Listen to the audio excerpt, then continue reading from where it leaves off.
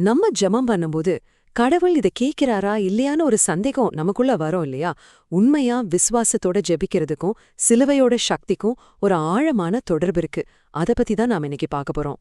சரி வாங்க, இத இன்னும் ஆழமா புரிஞ்சுக்கிறதுக்கு நம்ம நம்பிக்கை வைக்கிற விஷயத்துல இருக்கிற ஒரு ஆச்சரியமான முரண்பாட்டை முதல்ல பார்க்கலாம். கொஞ்சம் யோசிச்சு பாருங்களேன். நம்மள மாதிரி ஒரு சாதாரண மனுஷன் ஒரு வாக்குறுதி கொடுத்தா டக்குன்னு நம்பிடுறோம். ஆனா எல்லாத்தையும் படைச்ச கடவுள் ஒரு வாக்குறுதி கொடுத்தா அத நம்புறதுக்கு மட்டும் ஏன் இவ்ளோ தயங்குறோம்? அப்போ ஒரு கேள்வி வருது, நம்ம நம்பிக்கைய உறுதியா புடிச்சுக்கிறது ஏன் நமக்கு இவ்ளோ கஷ்டமா இருக்கு? இதுதான் நம்ம விசுவாசத்துக்கே ஒரு முக்கியமான கேள்வி. முக்கியமா வாழ்க்கையில கஷ்டங்கள் வரும்போது நம்ம நம்பிக்கை என்ன ஆகுது? இந்த நம்பிக்கைக்கும் சந்தேகத்துக்கும் நடுவுல ஒரு போராட்டம் நடக்குது இல்லையா? அது நமக்கு சோதனைகள் வரும்போது எப்படி வெளிப்படுதுன்னு பார்க்கலாம் வாங்க.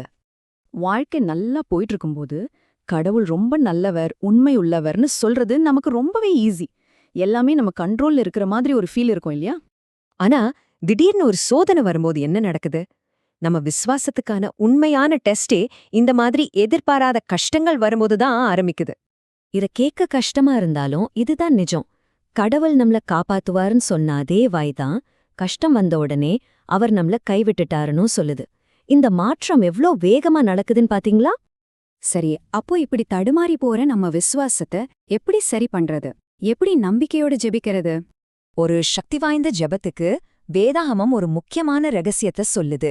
அது என்னன்னா, நாம ஜெபத்துல கேக்குற ஒரு விஷயத்த ஏற்கனவே வாங்கிட்டோம் முதல்ல முழுசா நம்பணும்.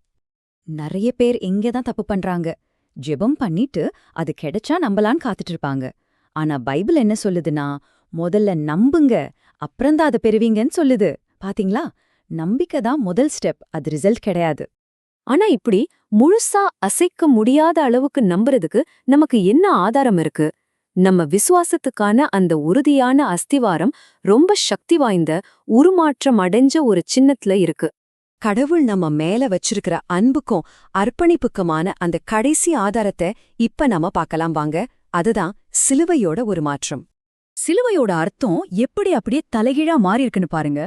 ஒரு காலத்துல அது ஒரு சாபத்தோட சின்னம். ஆனா இன்னைக்கு அது ஒரு ஆசீர்வாதத்தோட சின்னம். இயேசுவோட அன்பை காற்று ஒரு சின்னம். யோசிச்சு பாருங்க, ஒரு காலத்துல சிலுவைனா அது அவமானம், கொடூரமான தண்டனை, மரணம். அந்த சின்னத்தை பார்த்தாலே மக்களுக்கு ஒரு பயம் வரும். ஆனா இன்னைக்கு அதோட அர்த்தம் டோட்டலா மாறிடுச்சு. சரி, இவ்ளோ பெரிய தியாகம் ஏன் நடந்துச்சு? இந்த உருமாற்றத்துக்கு பின்னாடி இருக்கிற நோக்கம் என்ன? இந்த மிகப்பெரிய தியாகம் நடந்தது நமக்காகத்தான். எதுக்குன்னா, நம்மள ஆவிக்குரிய விதத்துல செல்வந்தர்களா மாத்துறதுக்கு. அதுக்காகத்தான் கிறிஸ்து அந்த சிலுவையின் கஷ்டத்தையும் தியாகத்தையும் ஏத்துக்கிட்டாரு. அது நமக்காக கொடுக்கப்பட்ட ஒரு பரிசு. அப்போ சுருக்கமா சொல்லணும்னா, நம்ம விசுவாசம் தடுமாறும் போதெல்லாம் அதுக்கான பதில் எங்க இருக்கு? சிலுவையில தான் இருக்கு. அந்த தியாகத்தை நாம உண்மையா புரிஞ்சுக்கும் போது நம்ம ஜெபத்துக்கே ஒரு புது பலம் கிடைக்கும். ஏன்னா யோசிச்சு பாருங்க, இவ்ளோ பெரிய அன்பை காட்டின கடவுள் நம்ம சின்ன ஜெபத்தை கேட்காம போயிடுவாரான்னு எப்படி சந்தேகப்பட முடியும்? இப்போ நாம பார்த்த இந்த விஷயங்களெல்லாம் உங்களுடைய தனிப்பட்ட ஜெப வாழ்க்கையும் நீங்க கடவுள்கிட்ட பேசுற விதத்தையும் எப்படி மாத்தப் போகுதுன்னு நீங்களே கொஞ்சம் யோசிச்சு பாருங்க.